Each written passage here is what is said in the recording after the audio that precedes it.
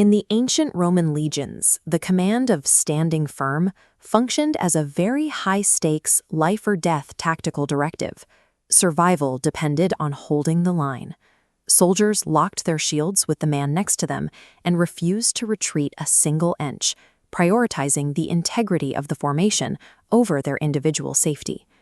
In the 1st century, the Apostle Paul took this aggressive military terminology and applied it to a different kind of battlefield entirely, defined by internal compromise, heavy cultural pressure, and a slow descent into apathy. Because the enemy is invisible, these ancient texts require a complete reassessment of what human strength actually looks like. Now, in his letter to the Corinthians, Paul tells believers to act like men and be courageous, language that suggests a traditional call to arms.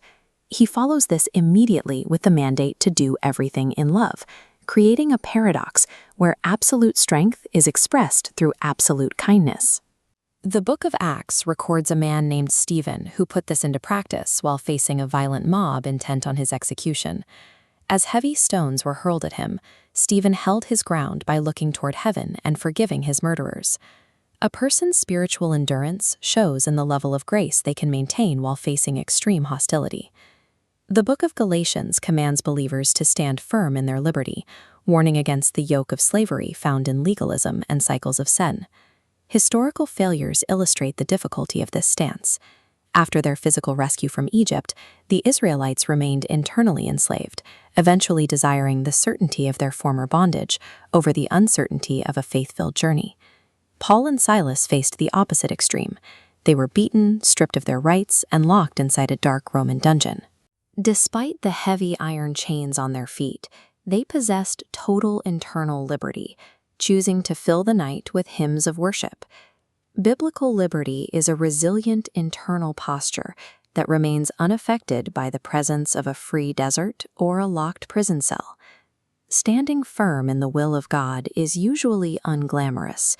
It is a quiet, daily struggle for spiritual maturity and holiness. The Apostle Paul describes a man named Epaphras, whose warfare consisted of laboring fervently and wrestling invisibly in prayer for his community. Joseph faced a different kind of combat when he was cornered by his master's wife. He was forced to choose a specific type of defiance against intense moral compromise.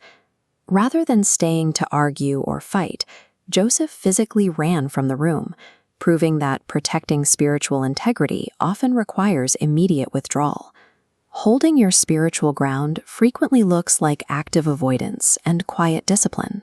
The command to stand firm strips away human aggression and replaces it with divine reliance. When Shadrach, Meshach, and Abednego faced a fiery furnace, they held their ground by surrendering their bodies and trusting God with the outcome. Whether facing external hostility or the quiet pull of apathy, the solution is anchoring in grace rather than self-effort. True spiritual warriors hold their ground with unshakable faith, total internal liberty, and profound love.